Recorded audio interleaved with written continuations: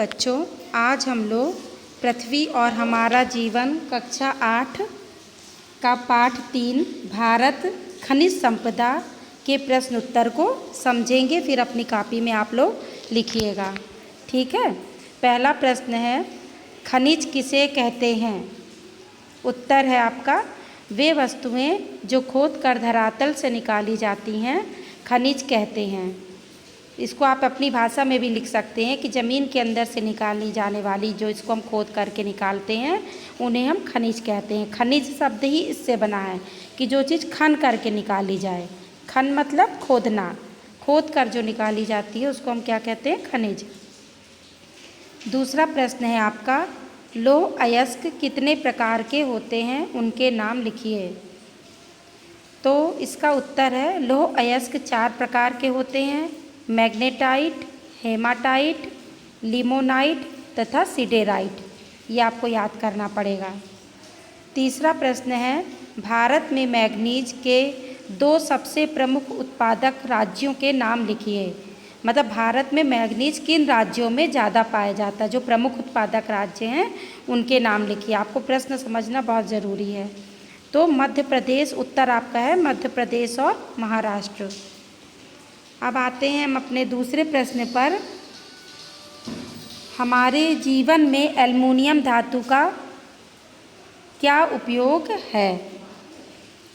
तीसरा प्रश्न है हमारा कि हमारे जीवन में एल्युमिनियम धातु का क्या प्रयोग है? चौथा उत्तर है, हमारे जीवन में एल्युमिनियम धातु के कई उपयोग हैं। जैसे हम एल्युमिनियम के क्या बर्तन, वायुयान, विद्युत तार, मशीनों के कलपुर्जे तथा वाहन के निर्माण में एल्युमिनियम धातु का प्रयोग किया जाता है, ठीक है।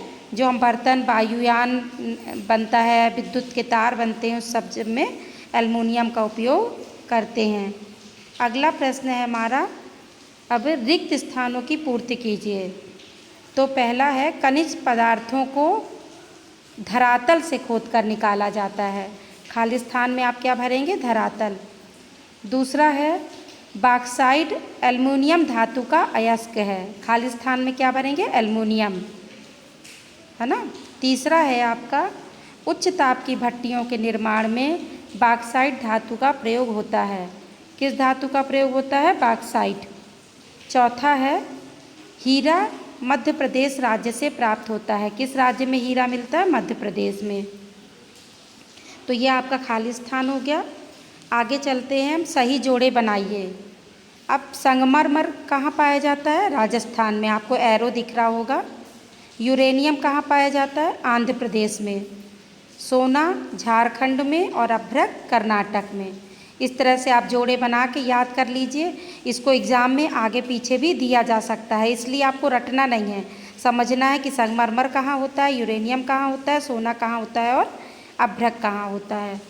अगला प्रश्न है आपका, सही पर सही का चिन्ह और गलत पर गलत का चिन्ह लगाना है।